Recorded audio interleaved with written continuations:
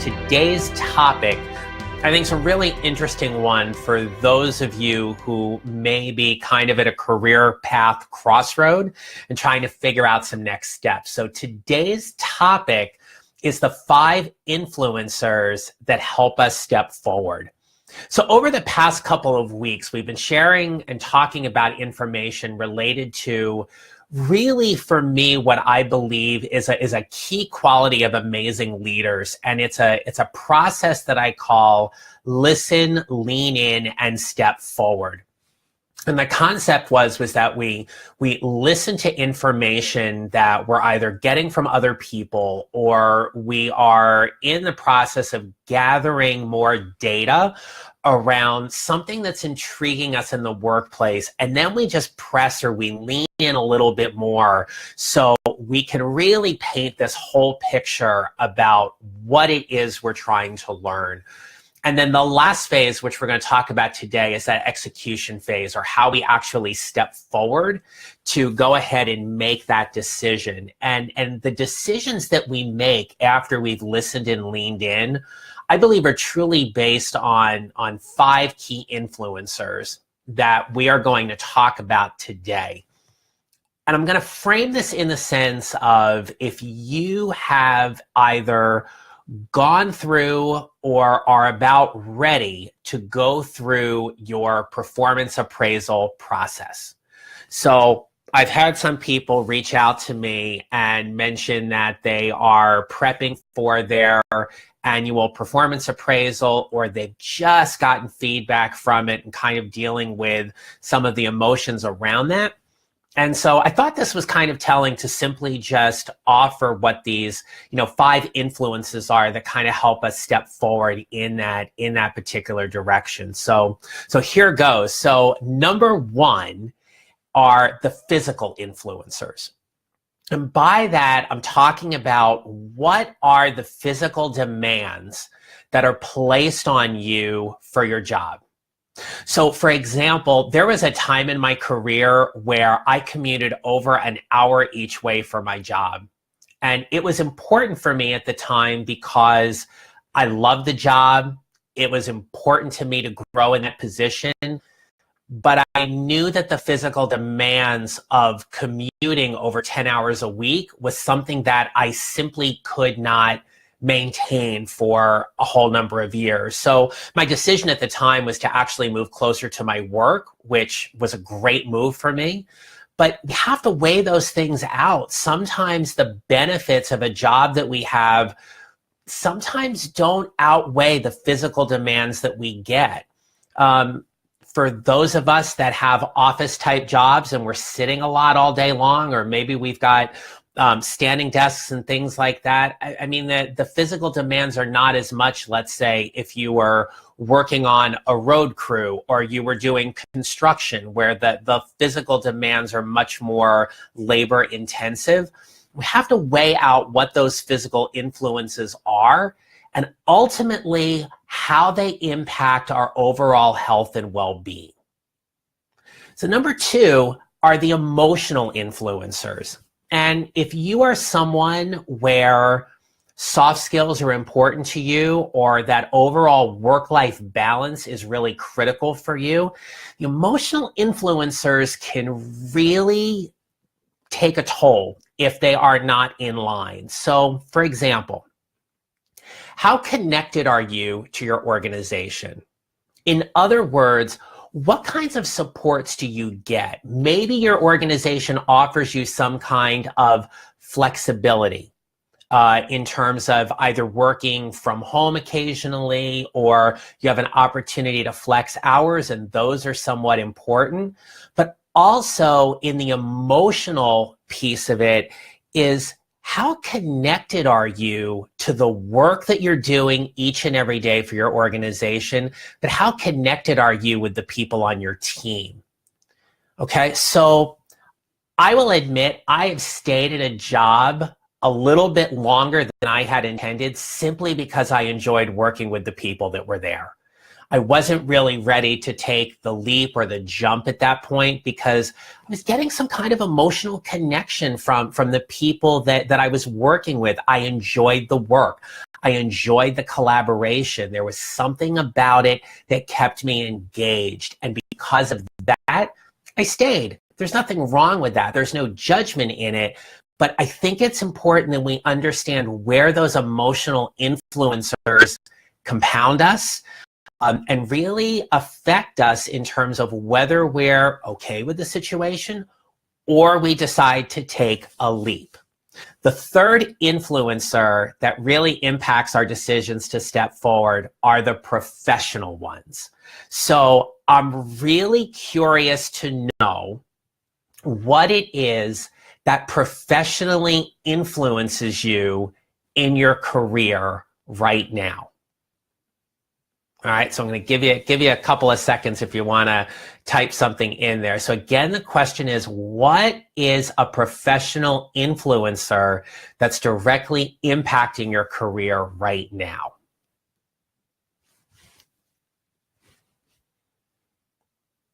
I could play the Jeopardy music if you want, right? So as you're thinking about that, most people tend to step forward professionally when that influencer is speaking really, really loud for them, right? So Terry, the opportunity for continuing education, that kind of professional development that we get to grow the lifelong learner inside of us is really, really key for some people. So for some, it might be attending conferences or workshops or pursuing a graduate degree, or even if your company is offering some kind of training or development program that allows you to participate in, those are all things that can professionally motivate you and keep you engaged. And those are important. Those are benefits that the company may offer, which is something that people really look forward to. Another thing I want you to think about is when you think about your professional influencers, where do those sit and live in terms of your 5-year career plan? So if we were to take a moment right now and think about where you want to be in 5 years from today, and whatever that goal is, whether it be about being a VP of a company or making $100,000 or making $250,000 or even more than that, or maybe it's an opportunity to simply get an internal promotion where you now have an opportunity to work with direct reports. Whatever those professional influences are, my question to you is, how are you honoring that 5-year plan? And how are the professional influences in your life supporting that? More often than not, and getting back to the whole idea about performance appraisals, sometimes people walk away from those meetings feeling a little deflated or even a little rejected because it didn't go as well as they had hoped. Now, there's culpability on both sides, right? I mean, we have to show up for those performance appraisal meetings and honor them and be responsible for them just as much as our managers are.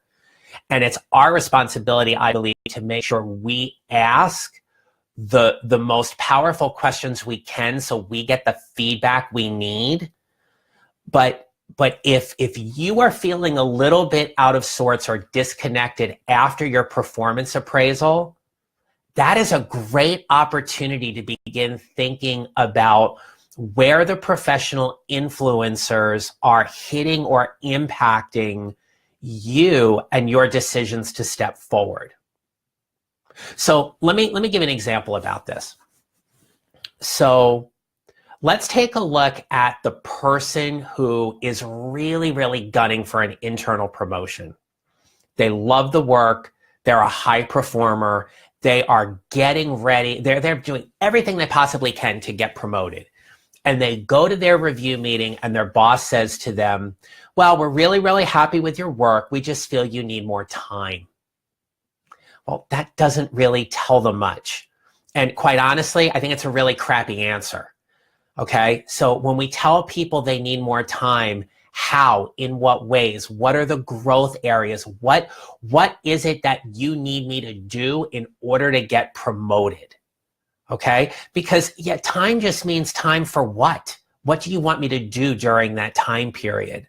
So if that person who's had that performance appraisal and that's the feedback they've gotten, and they've not asked a better question as a follow-up, maybe not even in that moment, but like a week or two later, they may be feeling rejected or deflated to a point where they may actually start looking for another job.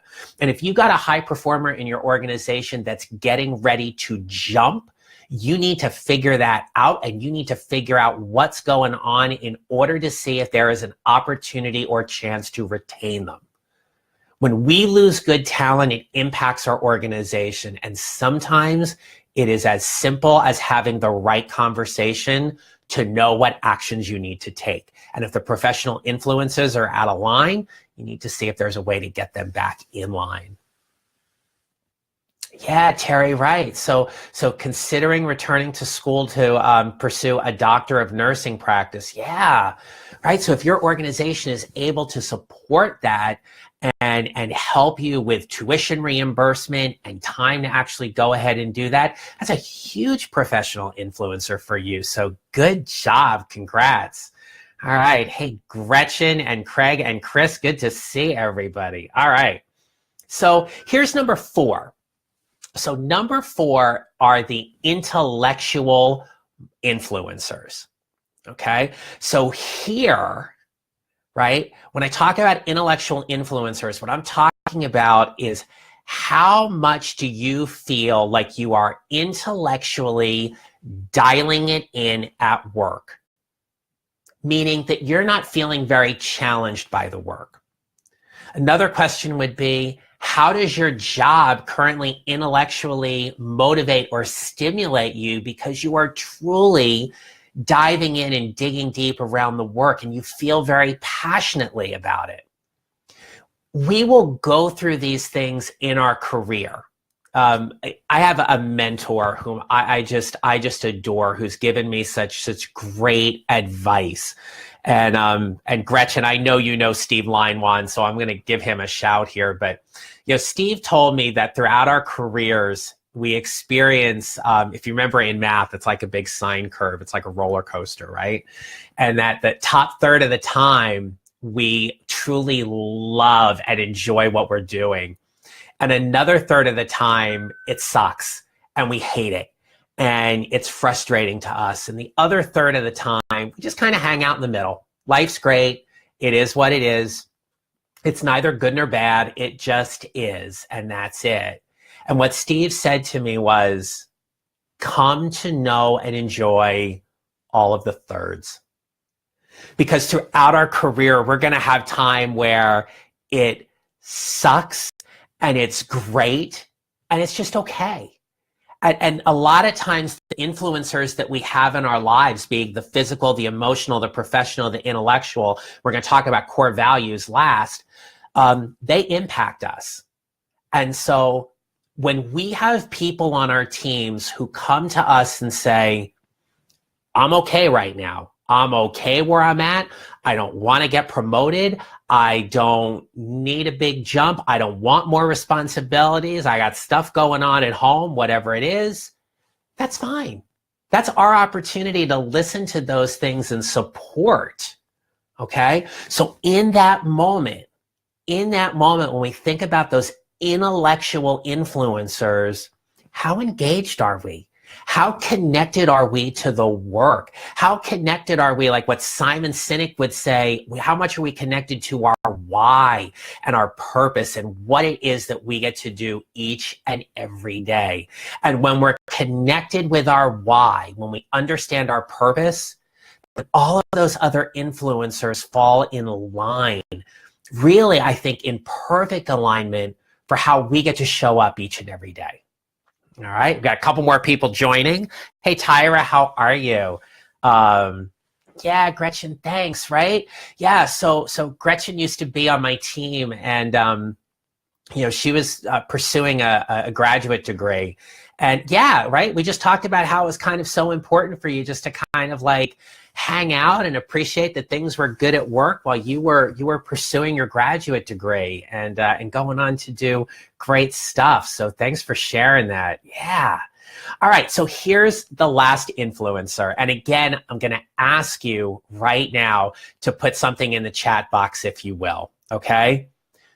When you think about your core value, who you are and how you show up at work, all right?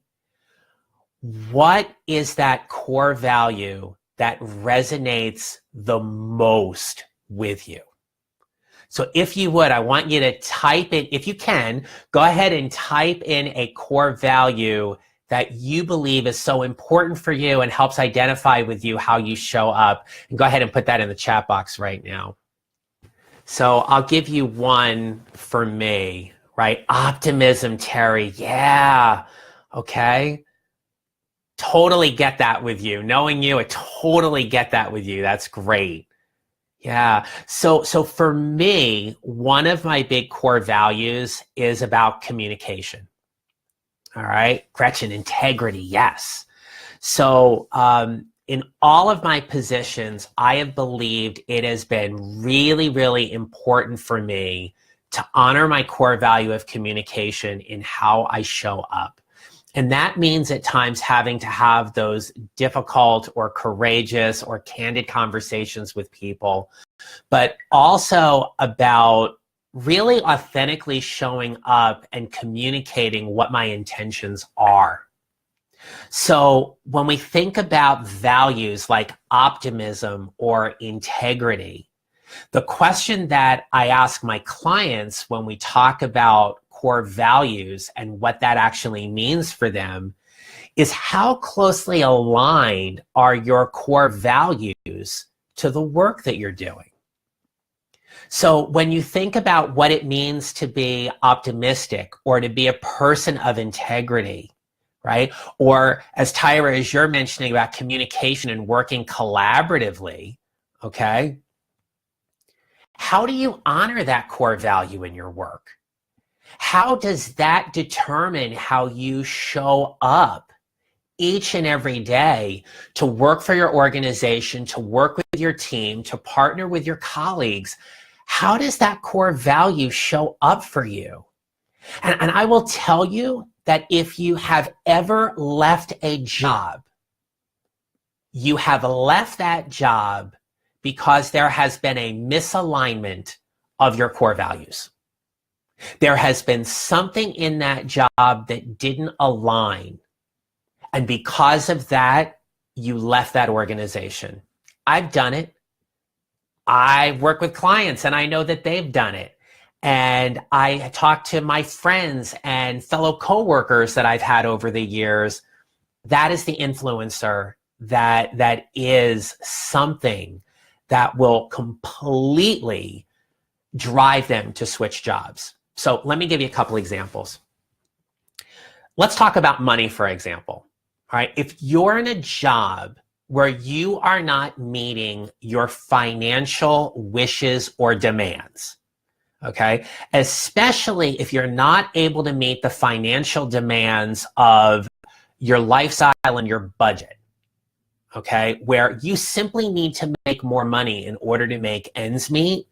So if your core value is about responsibility or financial responsibility or wealth, you may definitely seek a new job that is going to give you a higher income opportunity. If your core value is about collaboration and you are in a job where you are spending so much of your time working in isolation, you will leave that organization to find an opportunity where you can collaborate with more people. Or you may look for an internal transfer, and if that doesn't happen, you're going to jump. For me, it was really important that I had an opportunity to coach, There was nothing wrong with the organizations that I've worked with in the past. It's just that the opportunity wasn't there for me to pursue a full-time coaching career as an internal coach. So I made a decision to leap. And the reason I leapt was of a core value around service and how can I serve more people in what I'm doing and to spread this whole message and connection around coaching that I wasn't able to do in my old job. I have a lot of gratitude for my old position, but it wasn't where I was after being there for almost 5 years. And so for that, it was an opportunity for me to leave and do more, right? If you go to work every single day and you're getting up and you're going, oh, this sucks, okay? And it's not like just on a Monday when you wake up and everything like that, but you're like, no, this job like really sucks. Like I'm grateful I get a paycheck from it, but I need to find something else.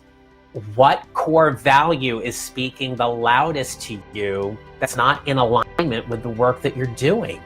That's the influencer that's talking with you about. And I will tell you that in my work and some of the most powerful work I do with my individual clients, it is really about honoring that core value so they can create their next advancement opportunity. So with that, let me sum it up. So today we talked about 5 key influencers that help us step forward. We talked about the physical, emotional, professional, intellectual, and the core values influencers that directly speak to us and impact us for how we're actually going to step forward after we've listened and